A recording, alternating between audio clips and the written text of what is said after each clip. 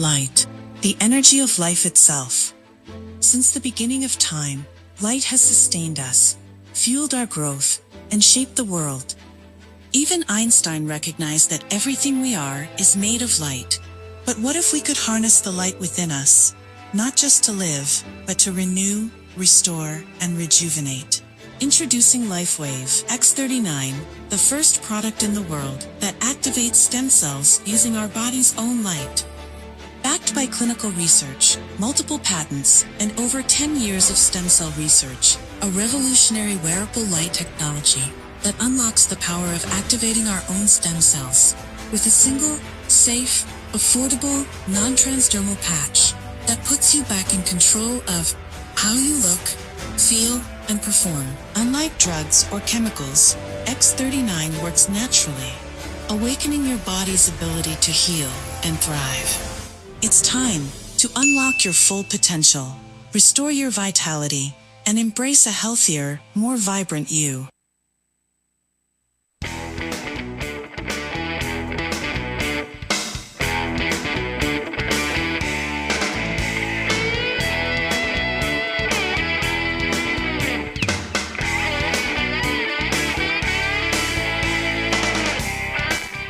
Hello and welcome to the Tennessee Informer. Thank you for joining us. Our guest tonight is Federico Lines, here to talk about his book on the 16th and 17th Amendments, two amendments that have been very damaging to our country and state powers. About the author, Federico Lines is a naturalized American citizen. He generally believes in the motto of state sovereignty over central authority. He is the founder of States' Rights Radio. He believes in the American federalism style of government to be a more perfect union of balanced power. Hey, thanks for joining us. How are you doing tonight? Thank you very much, Dave. Hey, pretty good. Thank you. Thank you very much for having me on your show, Dave. It's great. It's a great pleasure to be here and to discuss real American federalism questions and issues that is affecting our American Republic. Absolutely, and I appreciate you coming on. So tell us a little bit about yourself and how you got interested in the issue of states' rights. Yeah, as you said in my bio, I am a proud American naturalized citizen, very proud of being an American citizen, and more on the issue of American federalism. And, you know, the American Republic is very different to other countries around the world. We do have a sense of a central government, but yet the central government is supposed to be the weakest, the smallest of it all, not like in other nations. And so I focus on American federalism and the role of the American individual, the role of the states, and the minor role of the federal government. What should be the minor role of the federal government? Correct. Okay. So we're going to get right into your book, and this book's a few years old. It's about the 16th and 17th Amendments, and we'll talk about, what needs to happen with that, and really we can talk about the damage that's been done because of the amendments, and really I guess you could say in some cases the expectations they created. So let's start with the 16th. Mm-hmm. Under the Constitution, what are the legitimate uses of federal tax dollars? Under the Constitution, pre-1913, I would say that I would like to call it as federal indirect taxation. The use of indirect taxes that the federal government has, such as tariffs. Now, of course, tariffs are a big deal now, and the Supreme Court is supposed to rule on that. But I've always said that, I've never questioned, as people like John C. Calhoun, the senator from South Carolina, and the other ones. I've never questioned the role of the federal government with taxation, as long as indirect and it doesn't affect the states or the people, to pay for the services to the federal government as post roads and other parts of the Commerce Department and State Department, et cetera, et cetera. So after 1913, it became more of a direct taxation, really affecting the role of the states and its people, because I would say it's a way to rob Peter to pay for Paul. You have states seeking money from California and giving it to Illinois, and red states, blue states. People always like to say that red states, blue states, but I always say that it affects all. It's robbing California to pay for Illinois or Minnesota or Florida or Tennessee. And I think more importantly than that, or in my opinion anyway, that they're doing it. Most of the things they do it for are not even powers that are delegated to the federal government. That's absolutely correct. Yes, for example, sadly, because of the 16th Amendment, with the creation of the 16th, then later came the Federal Reserve, we saw an abusive power on the Commerce Clause and directing resources for federal government control, like the Department of Agriculture.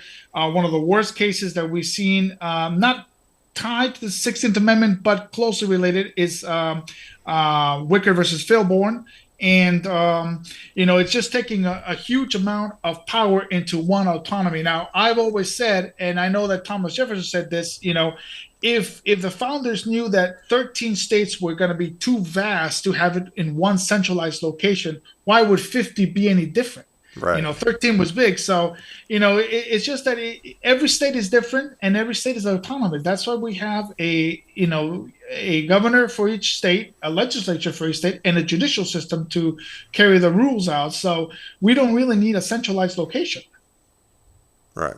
And so, of course, Article 1, Section 8 lays out the federal powers. But you mentioned the Wickard versus Filburn, and a lot of people may not be familiar with that. I think I know the one you're talking about, but hit that one just a little bit, because if it's the one I'm thinking about, it's one of those, like, you've got to be kidding me, opinions that really gave the federal government more power.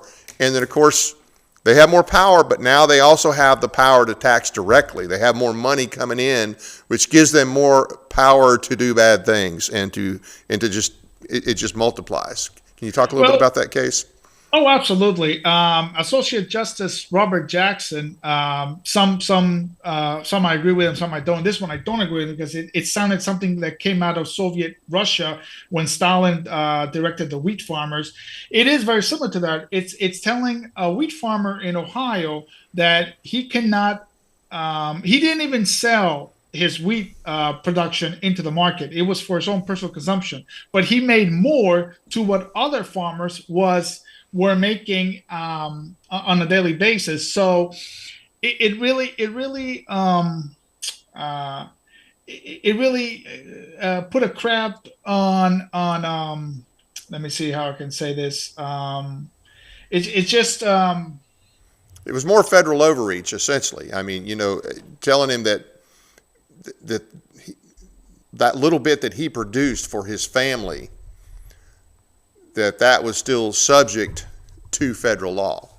Correct. And, just because he did it for his own personal consumption and he grew more to what other farmers did, and they got more money, those farmers got more money, he got punished, he got penalized. And, it creates it creates a sense of entitlement to the poor and punishment to the strong. Okay, I'm not quite following you on that one, but okay. It was definitely federal overreach, and it was definitely an insane opinion, no doubt about that. Correct. So go ahead. So I just want to say that, it kind of penalized the strong American, that, even though he built more, he was taking more than the. Okay, I got you now. Yeah. All right. He was successful.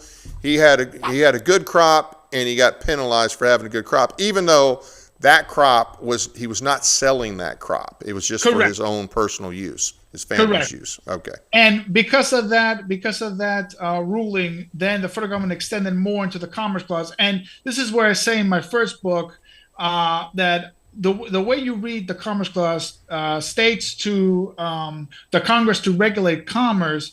I don't think regulate means enforce. I think regulate in the minds of the framers, it means to administer. The states are left to enforce, and that's what people need to understand. States are here to enforce the laws created by Congress or by the individual states, and federal government is there to administer them, to make sure that they all play fair. Right, and obviously they would have some enforcement, but they're only going to have enforcement power on the powers that are delegated to them. And like I said, those are Article 1, Section 8 powers. And then if you look at Article 1, Section 10, that spells out things that the state specifically can't do. Yes. Yeah. So obviously the federal government hasn't confined themselves to funding for just delegated powers. But how has the ability to tax negatively impacted our country as a whole and the states? Let's talk about that a little bit. Yeah, I mean, I've always say that the chicken came before the egg, and so with the creation of the Federal Reserve, thanks to the 16th Amendment, you get to print more money, and that creates inflation, and that creates high prices and all that, and also the borrowing from one state to another state, and so it's just. The way that this system was created is that you cannot pay for one state system from another state. You know, like for example, the Florida Railway here, the Bright Line that received about $25 million in safety, that came out of your tax dollars, that came out of Tennessee's dollars and New York's dollars, and I think that is very unfair on Tennessee. I think if Tennessee wants its own Bright Line, it should be paid by Tennessee dollars, not by federal dollars. One thing that I always say is that, for example, the whole border wall situation, I don't believe that, the federal government has a right to impose that border wall, particularly with federal dollars. If Texas wants a wall, if Arizona wants a wall, then they let them pass it through their own budget. And that's where you get that sense of arrogance from the 16th and the 17th, but we'll get to the 17th. But the arrogance is that, here I come to impose my rule, even though there shouldn't be any rule like that. Well, hold on a second now. I mean, as far as a border wall goes, now granted, we didn't have a wall for years. We had a border, and matter of fact, we didn't have a border patrol until I think the 1920s or something like that. And my issue is this. Now, the federal government does, they have the Constitution does give them to right to regulate, create laws for naturalization, to make sure that the laws are uniform laws for naturalization for citizenship. Okay, that was their original mandate. Now, a lot of the powers that they have gained on that over the years really have been through the courts. They haven't been through any kind of constitutional amendment. The states did have a whole lot more say early on, and really till after the Civil War, on the issue of immigration. But just the fact that the federal government does have the right to regulate naturalization, and they also have a responsibility for defense, I don't think a border wall is unconstitutional, but the states still have sovereignty. So when the federal government, when the Biden administration was telling Texas, you can't stop these people from coming in, I think that was overreach on the federal government's part. And if Texas wanted to put up a wall of their own, if Texas wanted to put up razor wire, if they wanted to do whatever, I think they had the right to do that. And I don't think the government had the right to tell them not to do it.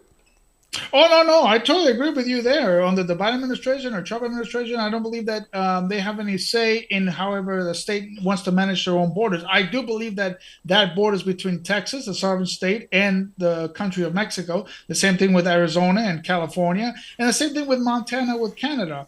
It's a border that belongs to the sovereign state.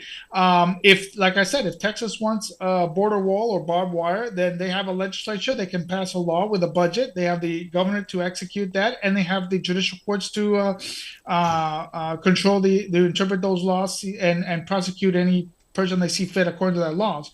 I don't believe that the federal government has the right to impose any action. And we can go back to the Alien and Sedition Act, where Jefferson and Madison opposed that. I strongly believe that, and Calhoun and Stevens have said it, that the federal the Congress's only duty is to create a uniform rule of naturalization, and that rule is set base for the states to enforce or nullify it and create it on their own. Now, they can follow that same rule, or they can nullify it and create their own rule to enforce their borders. Well, okay, and I understand what you're saying, but it would seem to me like, okay, the federal government does have a right, they do have the responsibility to make sure that each state has a Republican form of government, and they are there to help protect against invasion. I mean, it does mention protecting against invasion. So, and I think what was going on was an invasion. Now, granted, it was a federally led, federally instigated invasion. But, I do think it's actually a joint effort. It should actually be a joint effort because it is still sovereign territory of the states. At the same time, the states, the fact that we do have a natural, it just seems to me that we would not allow, since the federal government has the constitutional mandate to create a rule of naturalization. I think they also have, if you have the power to make the rule, you have the power to enforce that rule to some degree. Yes, you have to balance it off with the states, but I think you still have to. You have to have the power to enforce that. So I don't think that, even though states have done it, they have gladly, in some cases, allowed illegal aliens to come across. I don't think that's constitutional either. No, and well, my main concern and my main opposition to this is the use of tax dollars in going into another state, like for example, Texas, or trying to build a wall in Texas or Arizona or New Mexico.